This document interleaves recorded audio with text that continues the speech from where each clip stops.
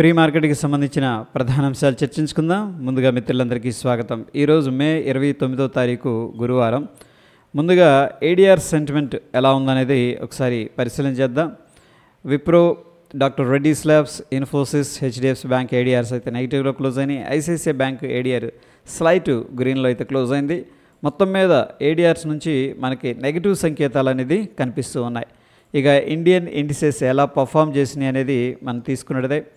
FMCG, auto, pharma అక్కడి నుంచి కూడా ఐటీ దాకా నెగిటివ్లో క్లోజ్ అవగా మీడియాలో కొద్దిగా రికవరీ అనేది కనిపించింది. Of course PSC bank, financial services బ్యాంక్స్లో కొద్దిగా పాజిటివ్ స్ట్రెంత్ అనేది ఉంది. మొత్తం మీద 60% పైన ఇండిసెస్ అయితే నెగిటివ్లో క్లోజ్ అయినాయి.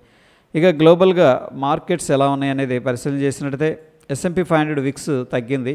సో యూఎస్ మార్కెట్స్లో వోల్టాలిటీ తగ్గిందని చెప్పేసి చెప్పుకోవచ్చు. హాంకాంగ్ లూజర్గా ఉంది. ఇక అక్కడ నుంచి కూడా అన్నీ కూడా London, China, France, Germany, Dow Jones industrial average futures, Europe, Asia market, Japan, US 500, south Korea, Russia అన్నీ కూడా గ్రీన్లో అయితే ట్రేడ్ అవుతున్నాయి. గ్లోబల్గా మనకి పాజిటివ్ సంకేతాలు అనేది కనిపిస్తూ ఉన్నాయి. ఇక యూఎస్కు సంబంధించిన టాప్ 30 కంపెనీస్ నిన్న ఏ విధంగా క్లోజ్ అయినాయి అనేది పరిశీలన చేసినట్టయితే డవ్, మెర్క్ & కో, నైకీ అనేది టాప్ లూజర్స్ లిస్ట్లోకి వెళ్ళిపోగా టాప్ గెయినర్స్లో యునైటెడ్ హెల్త్, బోయింగ్, వీసా అనేది కనిపిస్తుంది. మొత్తం మీద నిన్నటి రోజున క్లోజ్ అయిన విధానంలో మాత్రం అంత స్ట్రెంత్ అయితే కనిపించట్లేదు డౌజన్స్ ఇండస్ట్రీలకు సంబంధించిన కంపెనీస్లో. గ్లోబల్గా ఎకనామిక్ క్యాలెండర్ అనేది పరిశీలన చేసినట్టయితే సో పౌల్ గారు మాట్లాడటం అనేది జరిగింది. ఇక ఈరోజు విషయానికి వచ్చేసరికి జీడిపి ప్రిలిమినరీ డేటా అనేది రిలీజ్ చేయబోతున్నారు. సో ఇది వెరీ ఇంపార్టెంట్ డేటా, యూఎస్కు సంబంధించింది. దాని తర్వాత మొట్టమొదటిసారి నిరుద్యోగ భృతికి అప్లై చేసుకునే వారి సంఖ్య ఎంత ఉందనేది కూడా రిలీజ్ అవుతుంది. క్రూడ్ ఆయిల్ ఇన్వెంటరీ డేటా కూడా రిలీజ్ అవుతుంది. సో ఈ డేటా అనేది మనం వాచ్ చేయాల్సి ఉంటుంది. ఇండియాకి సంబంధించిన ఎకనామిక్ క్యాలెండర్ అనేది పరిశీలన చేసినట్టయితే నిన్నటి రోజున industrial production year on year comparison data అనేది రిలీజ్ అయింది. అయితే ఇది ఇండస్ట్రియల్ ప్రొడక్షన్ అయితే తగ్గిందని చెప్పేసి చెప్పుకోవచ్చు. ప్రీవియస్గా 3.9% ఉండేది, ఈసారి 2.7% మాత్రమే ఉంది.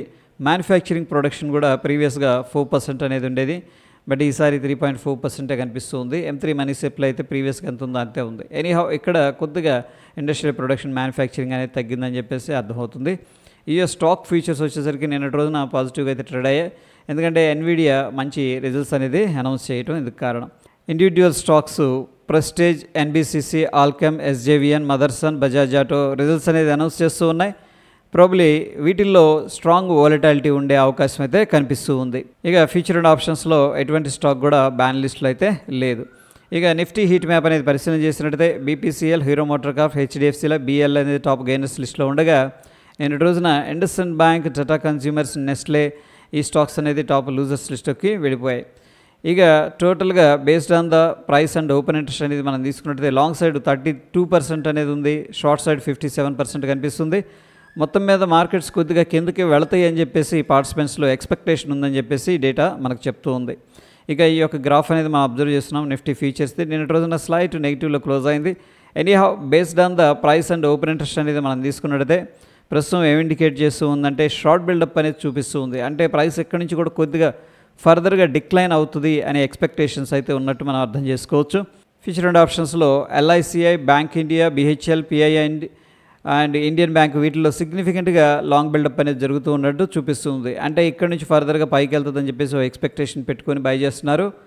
IGL, సోలార్ ఇండస్ట్రీస్లో సిగ్నిఫికెంట్గా షార్ట్ కవరింగ్ అనేది జరుగుతుంది. ఎవరైతే షార్ట్ చేశారో వాళ్ళు రికవర్ చేస్తున్నారు. Auro pharma, NMDC, IRCTC, Chambal fertilisers, ITC వీటిలో సిగ్నిఫికెంట్గా షార్ట్ బిల్డప్ అనేది చూపిస్తుంది. అంటే ఫర్దర్గా డిక్లైన్ ఇక్కడ నుంచి కూడా ఉంటుందనే ఎక్స్పెక్టేషన్ అయితే ఉంది. Titagarh, Bosch limited, RBL bank, IREDA, Divi's labs వీటిలో ఏంటంటే సిగ్నిఫికెంట్గా లాంగ్ అన్వైండింగ్ అనేది జరుగుతుందా. ఎవరైతే లాంగ్ అనేది హోల్డ్ చేస్తున్నారో వాళ్ళు ఎగ్జిట్ అవుతున్నారని చెప్పేసి మనం అర్థం చేసుకోవచ్చు. ఇక ఈరోజు నిఫ్టీ, బ్యాంక్ నిఫ్టీ ఎక్స్పైరీ అయితే ఉంది. సో ప్రాబబ్లీ వోల్టాలిటీ ఎక్కువగా ఉండొచ్చు. పార్టిసిపెంట్ వాయిస్ డేటా అనేది మనం పరిశీలన చేసినట్టయితే FIS ఇండెక్స్ ఫీచర్స్లో బెరిష్గా ఉన్నారు, స్టాక్స్లో బుల్లిష్గా ఉన్నారు. ప్రొప్రైటరీ పెద్దగా పార్టిసిపేషన్ లేదు, క్లయింట్ అన్నింటిలో కూడా బుల్లిష్గా ఉన్నారు. ఇక DIS కూడా అన్నింటిలో కూడా బుల్లిష్గా ఉన్నారు. ముఖ్యంగా FIS 4,663 కోట్లు క్యాష్ మార్కెట్లో బై చేసినట్టు తెలుస్తుంది. DIS 7,912 కోట్లు క్యాష్ మార్కెట్లో బై చేసినట్టు తెలుస్తుంది. ఈసారి ఇద్దరు కూడా సిగ్నిఫికెంట్గా ఇండియన్ స్టాక్ మార్కెట్లో ఇన్వెస్ట్ చేశారని చెప్పేసి అర్థం. ఇక ఇండియా విక్స్ అనేది మనం పరిశీలన చేసినట్టయితే 2.79% అనేది డ్రాప్ అయింది. ఒకనొక టైంలో ఎవ్రీడే కూడా 4% రైజ్ అయింది. నిన్నటి మాత్రం ఈ యొక్క ఇండియా విక్స్ అనేది రైజ్ అయింది. ఇండియన్ మార్కెట్స్ స్టేబుల్గా ఉన్నాయని చెప్పేసి ఇండియా విక్స్ అనేది చెప్తూ ఉంది. ఇక Dow Jones industrial average futures అయితే ప్రస్తుతానికి స్ట్రాంగ్గా బుల్లిష్ నోట్లో ట్రేడ్ అవుతూ ఉన్నాయి. ఇక డాలర్ అయితే అగైన్ స్ట్రెంత్ అనేది గెయిన్ చేస్తూ ఉంది. ఇక నిఫ్టీ అనేది మనం పరిశీలన చేసినట్టయితే సో ప్రస్తుతానికి గత 2 రోజుల నుంచి కూడా మార్కెట్ అనేది కొద్దిగా బేరిష్గా ఉంది. 24,704 ఇది అంతకుముందు ఒక లో అనమాట. ఈ లో అనేది బ్రేక్ డౌన్ జరిగింది అనుకోండి 24,704 అనేది. సో ఫర్దర్గా మనకి 24,668, దాని తర్వాత 24,590, 24,463 దాకా కూడా రావడానికైతే పాసిబిలిటీస్ అనేది కనిపిస్తున్నాయి. ఎందుకంటే కొద్దిగా సెల్లింగ్ ప్రెషర్ అనేది ఎక్కువ అవుతూ ఉంది.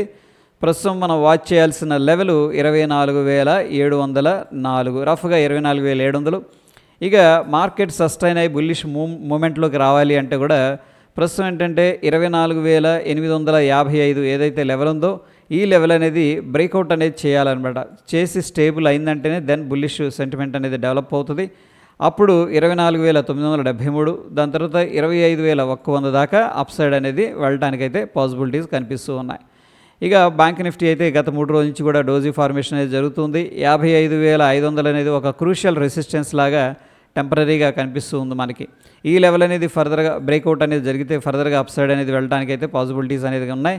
ఈ లెవెల్ బ్రేక్అవుట్ జరిగితే 56,000 అనేది మనకి అప్ సైడ్ టార్గెట్ ఉంది. ఎనీహౌ ప్రస్తుతం మనకి వాచ్ చేయాల్సిన స్ట్రాంగ్ సపోర్ట్ వచ్చేసరికి 55,037. ఈ లెవెల్ అనేది వెరీ వెరీ ఇంపార్టెంట్. ఈ లెవెల్ బ్రేక్ డౌన్ జరిగితే 54,937, దాని తర్వాత 54,684 కూడా డౌన్ సైడ్ అనేది రావడానికి పాసిబిలిటీస్ అయితే కనిపిస్తూ ఉన్నాయి. వర్స్ట్ కేస్ సినారియోలో 54,442 కూడా డౌన్ సైడ్ అయితే కనిపిస్తున్నాయి.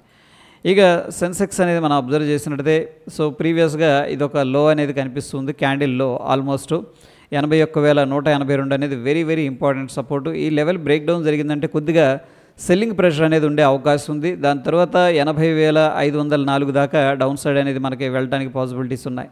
అప్ సైడ్ వెళ్ళాలంటే 81,691 అనేది బ్రేక్అవుట్ అయితే జరగాలి.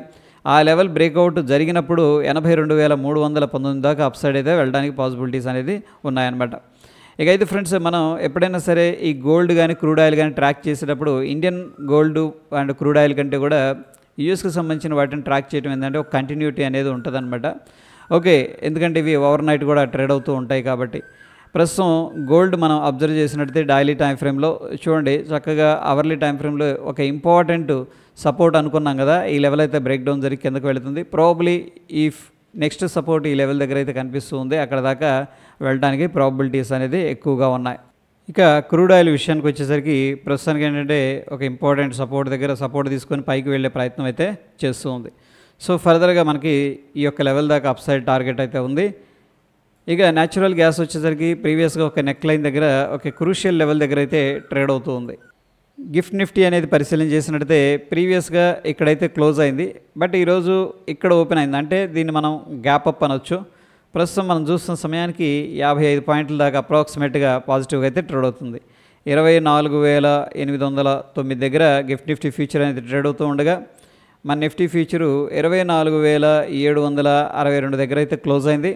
మొత్తం మీద ఒక 50 పాయింట్ల దాకా అప్రాక్సిమేట్గా పాజిటివ్గా కనిపిస్తుంది. Based on the gift Nifty ఏంటంటే మనం ఒక గ్యాప్ అప్ అయితే ఎక్స్పెక్ట్ అనేది చేసుకోవచ్చు. టెక్నికల్గా ఇండికేటర్స్ ఏం చెప్తున్నాయి అనేది పరిశీలన చేసినట్టయితే బ్యాంక్ నిఫ్టీ డైలీలో కానీ లోవర్ టైం ఫ్రేమ్లో కానీ స్ట్రాంగ్ బై అనేది అడ్వైస్ చేస్తూ ఉంది. At the same time Nifty అనేది కొద్దిగా కాంట్రాడిక్టరీ కనిపిస్తుంది. ఎందుకంటే హయ్యర్ టైం ఫ్రేమ్లో డైలీలోనేమో జస్ట్ బై అడ్వైస్ చేస్తుంది, లోవర్ టైం ఫ్రేమ్లో స్ట్రాంగ్ సెల్ అనేది అడ్వైస్ చేస్తుంది. ఎనీహౌ మనం అబ్జర్వ్ చేసినట్టయితే గ్లోబల్గా మార్కెట్స్ అయితే పాజిటివ్గా ఉన్నాయి. ఏడిఆర్ సంకేతాలు అయితే నెగిటివ్గా కనిపిస్తూ ఉన్నాయి. సో ఎనీహౌ ఇండియన్ మార్కెట్స్లో కొద్దిగా గత 2 రోజుల నుంచి సెల్లింగ్ అనేది జరుగుతుంది. బట్ ఎఫ్ఐఎస్ డిఐస్ ఇద్దరు కూడా ఇన్వెస్ట్మెంట్ అనేది చేస్తూ ఉన్నారు. ఇంపార్టెంట్ లెవెల్ అనేది మనం వాచ్ చేయాల్సింది 24,700. ఆ లెవెల్ బ్రేక్ డౌన్ జరిగిందంటే కొద్దిగా సెల్లింగ్ ప్రెషర్ అనేది వచ్చే అవకాశం కనిపిస్తూ ఉంది. Anyhow as compare to Nifty ఏంటంటే బ్యాంక్ నిఫ్టీ అనేది స్ట్రాంగ్గా కనిపిస్తుంది. ఒకవేళ మార్కెట్ అనేది స్ట్రాంగ్గా సపోర్ట్ తీసుకొని బౌన్స్ అవుతుంది అనుకోండి, బ్యాంక్ నిఫ్టీ అనేది అవుట్ పర్ఫామ్ చేయడానికి ఎక్కువ స్కోప్ అయితే కనిపిస్తుంది. ప్రస్తుతం సిచ్యువేషన్లో మనం ఏంటంటే ఎక్స్పైరీ ఉంది కాబట్టి వోల్టాలిటీ అనేది ఎక్స్పీరియన్స్ చేస్తాం ఈరోజు. So anyhow as per the volatility ఏంటంటే మన ట్రేడ్ ప్లాన్ అనేది తీసుకోవాల్సి ఉంటుంది. ఇది ప్రీ మార్కెట్కి సంబంధించిన అప్డేట్ ఫ్రెండ్స్. మరొక ఇంట్రెస్టింగ్ ఎపిసోడ్ మళ్ళీ కలుసుకుందాం. Stay tune. ధన్యవాదాలు.